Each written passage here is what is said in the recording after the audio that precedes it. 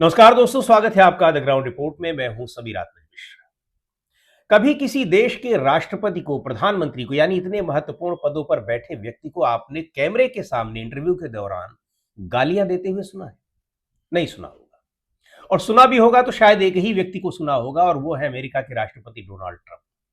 और एक बार फिर उन्होंने ईरान के लिए अपनी बौखलाहट में जिस तरह के शब्दों का इस्तेमाल किया है, वो सभ्य समाज में वो शब्द नहीं चल सकते हैं। आप आम लोगों के बीच, किसी समाज के बीच बैठकर उन शब्दों का इस्तेमाल नहीं कर सकते हैं, किसी मीटिंग में नहीं कर सकते हैं। लेकिन डोनाल्ड ट्रंप ने फॉक्स टेलीविजन को जब इंटरव्यू दिया, तो उन्होंने उसी तरह की अश्लील और अभद्र भाषा में गालियों का इस्तेमाल किया। सवाल उठता है कि आखिर ईरान से एक बार फिर वो इतना क्यों बौखला गए हैं कि उसके लिए बर्बाद कर देना, सभ्यता खत्म कर देना, और इन सब के बाद अब सीधे सीधे मां बहन की गालियों पर उतर आए। बात करेंगे हम लोग इसकी, और क्या कुछ उन्होंने कहा है ये भी हम देखेंगे। लेकिन जो मामला है ताजा तरीन, वो फॉक्स टेलीविजन को एक इंटरव्यू दे रहे थे, और उस इंटरव्यू में उन्होंने ईरान के लिए बहुत ही अभद्र शब्दों में, जिनको हम यहां बोल ही नहीं सकते हैं, यहां क्या हम और आप बहुत सारे लोग हैं कि आमतौर पर उन शब्दों का इस्तेमाल कर ही नहीं सकते हैं, लेकिन डोनाल्ड ट्रंप ने उसी भाषा में ईरान को गालियां दी। अब उनकी ये भाषा, जाहिर तौर पर भाषा किसी भी व्यक्ति के संस्कार को दिखाती है।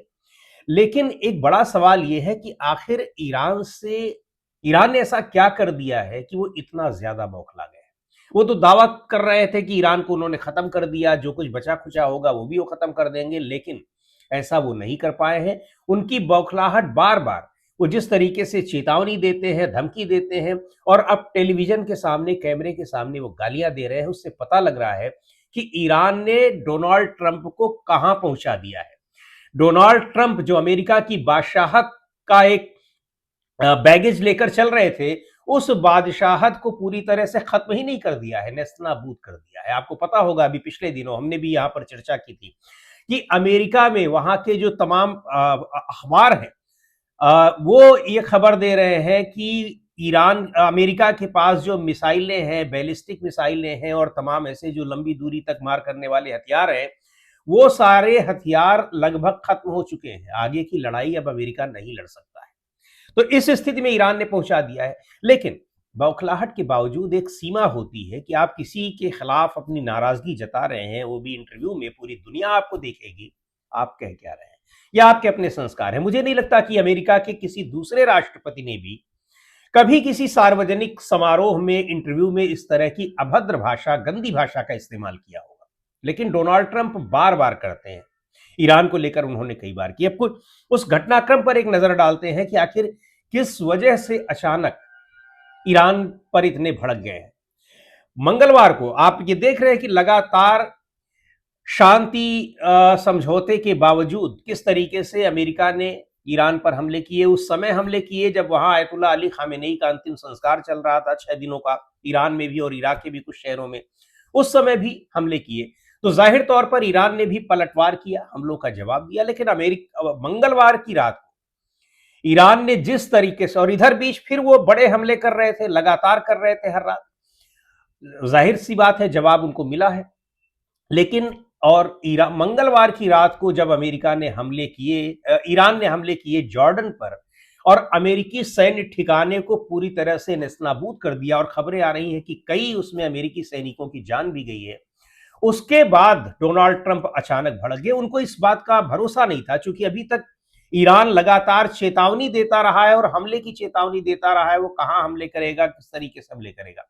लेकिन जॉर्डन पर ये अमेरिकी सैन्य ठिकानों पर उसका ये हमला बिल्कुल अचानक किया गया था। इसकी कहीं से कोई भनक नहीं लगी, और न ही उसकी कोई काट ढूंढ पाए अमेरिका या जॉर्डन। दावा किया गया है कि ये जो अचानक और बहुत भीषण तरीके से मिसाइल से हमले किए गए हैं, उनको नष्ट कर दिया गया है, यानी उन हमलों को नाकाम कर दिया गया है। लेकिन नाकाम नहीं हुए हैं, वहां बुरी तरीके से नुकसान की खबरें हैं, और अमेरिकी सैनिकों की जान जाने की खबरें भी हैं। इसके अलावा पिछले कुछ हमलों में भी कई अमेरिकी सैनिकों की जान गई है, और जॉर्डन में, बहरीन में, कतर में, इन जगहों पर, इन देशों में जो अमेरिकी सैन्य ठिकाने हैं, वहां पर जिस तरीके से हमला किया गया है। तो ये ईरान कि इस कार्रवाई ने अमेरिका के राष्ट्रपति डोनाल्ड ट्रंप को बुरी तरीके से एक कह दीजिए कि परेशान कर दिया है, बौखलाहट में आ गए हैं।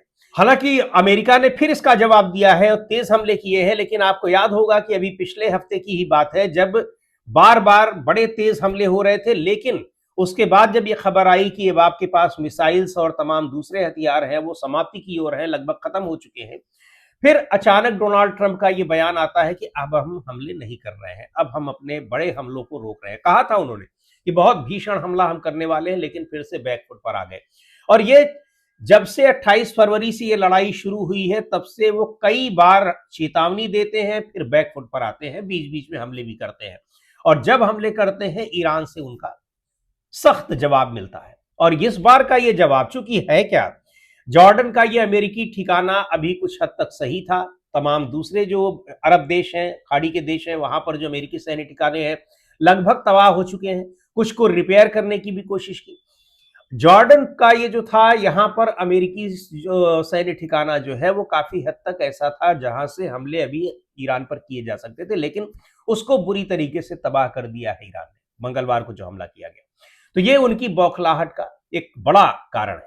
दूसरी बात और भी है, एक ट्रंप का केवल गुस्सा नहीं है, चारों तरफ से जिस तरीके से वो घिरे हुए हैं, आप ये देखिए, उस घिरे होने के कारण और उम्र भी उनकी इस तरह से हो गई है, उन सब का एक नतीजा ये है कि बौखलाहट में। दूसरी बात यह कि उनकी भाषा तो उनके अपने संस्कार दिखाती है कि वो किन संस्कारों से निकलकर अमेरिका की राष्ट्रपति के पद पर पहुंचे हैं, अमेरिका की राजनीति में आए हैं, और राजनीति में आने के बाद उन्होंने किस तरीके से राष्ट्रपति का पद हासिल किया, वो भी दूसरी बार हासिल किया। और पहली बार जब वो हार गए चुनाव में, तो किस तरीके से वहां उन्होंने गृह युद्ध करने की कोशिश की थी, वो भी हम लोगों ने देखा है। बहरहाल आज उन सारी चीजों पर बात करने की जरूरत नहीं है। मुख्य बात यह है कि कौन सी ऐसी चीजें हैं जिन्होंने डोनाल्ड ट्रंप को इस कदर उनके भीतर बौखलाहट पैदा कर दी है कि वो अपना आपा खो चुके हैं, मानसिक संतुलन खो चुके हैं। उनके दिमाग को लेकर, उनके मानसिक संतुलन को लेकर, उनकी अपनी संसद तक में चर्चा की बात की जा चुकी है, उनकी अपनी पार्टी के लोग ये बात कर रहे हैं।